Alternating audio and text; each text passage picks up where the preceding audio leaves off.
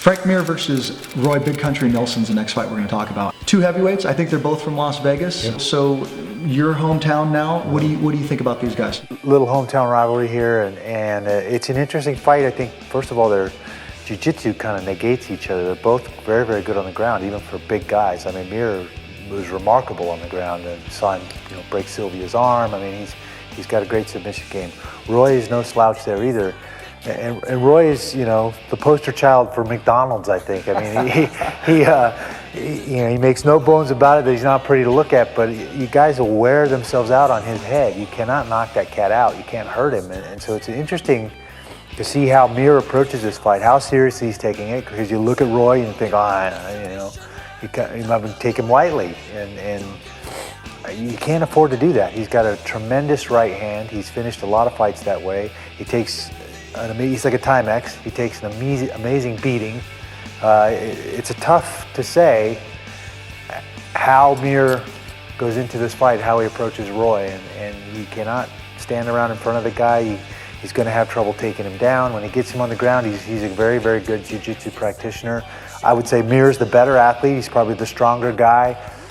He's got more experience. He was the heavyweight champion for a while. I think that there's a lot of pluses in the Mir column.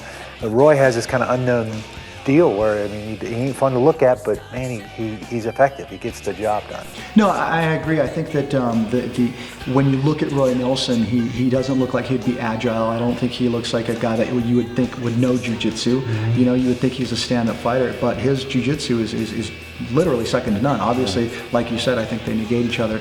But you think potentially be a boring fight, or do you think they're going to stand and possibly try to knock each other out? Oh, I think they're going to stand. I think both guys, I don't think it's going to be a boring fight. I don't think you're going to see these two guys tied up on the ground. The question I have on the Mir side of things is how serious is he right now? Is he really going to come in great shape and make another run at trying to get a rematch with the top guys in the weight class? Or is he just, punching the card and coming in here, fighting a guy like Roy? And that's not a great place to come fight with this. You've got to be in shape to go against this guy, because he'll take everything you have and then he'll still have some left. So, it's a tough one to pick. Again, I think I made a case for either guy. I think I'm going to go with the upset and go with Roy Nelson in this fight. Okay, I'm going to go with Frank Mir. I think that Mir has, he's a proven champion, and I think Roy's been around. Roy does take quite a beating, as you said, but I think I'm hoping maybe Frank will pull this one off and continue to move forward. I think if Frank is taking this absolutely seriously and sees the challenge that stands in front of him and doesn't just see that shape, you may be absolutely right. But I think I'm going to go with Roy. I think there's an upset in the making there.